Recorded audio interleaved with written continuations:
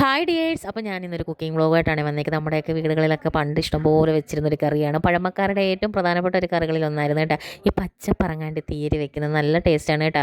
പണ്ട് ഇതൊക്കെ ആയിരുന്നല്ലോ നമ്മുടെയൊക്കെ മെയിൻ ആഹാരങ്ങൾ. അപ്പം അതൊന്നും ഉണ്ടാക്കാമെന്ന് വിചാരിച്ചു. അപ്പോൾ ഈ പറങ്ങാണ്ടി നമ്മൾ ക്ലീൻ ചെയ്യുമ്പം കയ്യിൽ എന്തെങ്കിലും ഗ്ലൗസോ അല്ലെങ്കിൽ ഒരു നല്ല കട്ടിയുള്ള തുണിയോ വെച്ചിട്ട് പറങ്ങാണ്ടി കീറണം, അല്ലെങ്കിൽ നല്ല കറയാകും കേട്ടോ. നമുക്ക് അന്നേരം ഇപ്പോൾ അറിയത്തില്ല, പിന്നെ കുറേ നേരം കഴിഞ്ഞിട്ട് പിറ്റേന്നൊക്കെ ആകുമ്പോഴാണ് നല്ല കറയാകും കേട്ടോ. എനിക്ക് അങ്ങനെ പറ്റിയിട്ടുണ്ടായിരുന്നു കേട്ടോ.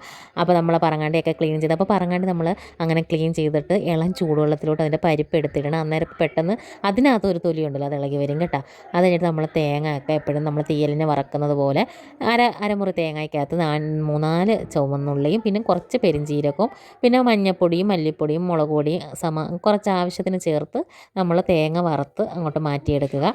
ഇത് കഴിഞ്ഞിട്ട് നമ്മൾ കറി വെക്കാൻ ഉദ്ദേശിക്കുന്ന ചട്ടിയിലോട്ടും തേങ്ങാക്കൊത്താണ് ആദ്യം ഇടുന്നത്. നമ്മുടെ ഇഷ്ടത്തിനനുസരിച്ച് തേങ്ങാക്കൊത്ത് ഇടാം കേട്ടോ. തേങ്ങാക്കൊത്ത് കൂടുതൽ ഇടുമ്പോഴായിരിക്കും അതിൻ്റെ ടേസ്റ്റ് കൂടും കേട്ടോ. അപ്പോൾ ആദ്യം നമ്മൾ വെളിച്ചെണ്ണ ഒഴിച്ച് കടുക് പൊട്ടിച്ചിട്ട് നമ്മൾ തേങ്ങാക്കൊത്ത് ഇട്ടിട്ട് പിന്നെ ഒരു 10-25ഓളം ചെറിയ ഉള്ളി ഇടണം കേട്ടോ. അത് നന്നായിട്ട് വഴണ്ട് വരുമ്പോൾ 2 പച്ചമുളകും കൂടി ഇട്ടിട്ട് പിന്നെ നമ്മുടെ പറങ്ങാണ്ടി ക്ലീൻ ചെയ്ത് വെച്ചേക്കുന്നതുകൊണ്ട് ഇട്ടിട്ട് നന്നായിട്ട് വഴറ്റി എടുക്കുക. എന്നിട്ട് നമ്മളാണെങ്കിൽ ചെറിയ തീയിലാണെങ്കിൽ ഒന്ന് അടച്ചു വെച്ച് വേവിക്കുമ്പോൾ ഈ പറങ്ങാണ്ടിയും ചെറിയ ഉള്ളിയും എല്ലാം നന്നായിട്ട് വാടി വരും കേട്ടോ. അപ്പോഴത്തേനും നമുക്ക് പിന്നെ വേറെ ഒരു ഇതുമില്ല, നമ്മൾ നേരത്തെ അരച്ച് വെച്ചേക്കുന്ന നമ്മുടെ തേങ്ങയുടെ അരപ്പും കൂടി ഇട്ട് നന്നായിട്ട് വേവിച്ചെടുക്കുക കേട്ടോ. നമുക്ക് തക്കാളി വേണ്ടവർക്ക് വേണമെങ്കിൽ ഒരു തക്കാളിയും കൂടി ഇടാം, പക്ഷേ ഞാൻ തക്കാളിയൊന്നും ഇട്ടിട്ടില്ല. പിന്നെ നമ്മൾ കുറച്ചൊരു ഒരു നുള്ള പുളി പിഴിഞ്ഞൊഴിക്കുന്നുണ്ട് കേട്ടോ. ആ ഒരു പുളിയും എരിവും എല്ലാം കൂടെ ഒന്ന് ബാലൻസ് ചെയ്യും. അപ്പോൾ ഈ പുളി ഇടാത്തവർ തക്കാളി ഇട്ടാലും മതി കേട്ടോ.